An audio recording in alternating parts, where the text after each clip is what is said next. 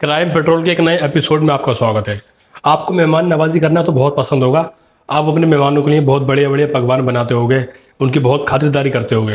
लेकिन आपने कभी ये सोचा है कि मेहमान नवाजी आपकी जान भी ले सकती है? तो आज मैं आपको एक इससे जुड़ी एक ऐसी घटना के बारे में बताऊंगा जिसे सुनकर आपका दिल दहल जाएगा। तो ये घटना है यूपी के एक छोटे से शहर रामपुर की। एक अरशद नाम का व्यक्ति अपने किसी रिश्तेदार के घर जाता है मेहमानदारी करने, जिसका नाम फिरोज होता है। फिरोज उसका स्वागत करता है।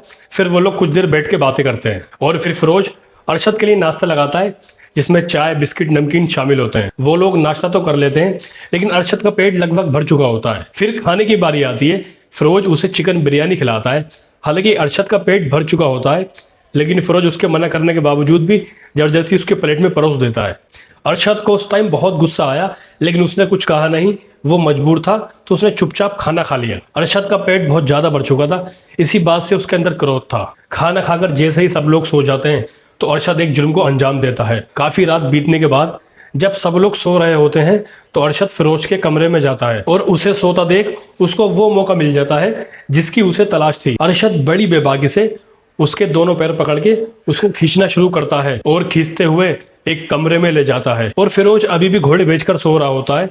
फिर वो उसको एक कुर्सी पे बिठाकर उसके हाथ बांध देता है ताकि वो बच के भाग न जाए। फिर अरशद बिरयानी लाता है और फिरोज को नींद से जगाकर बिरयानी खिलाने लगता है। फिरोज बिरयानी खाना नहीं चाहता, लेकिन अरशद बड़ी बेरहमी से उसे बिरयानी खिलाता है। बिना थम्सअप के अरशद फिरोज को 2.5 से 3 किलो बिरयानी खिला देता है। जबरदस्ती उसके मुंह में ठूस देता है। इतनी ज्यादा बिरयानी खाने के कारण फिरोज की उसी वक्त मृत्यु हो जाती है और यहीं पर अरशद का बदला पूरा हो जाता है और वह बहुत खुश होता है। अरशद पकड़ा जाता है और धारा 302 के तहत उस पर हत्या का मुकदमा दर्ज होता है। तो आप भी सावधान हो जाइए ऐसे दरिंदों से।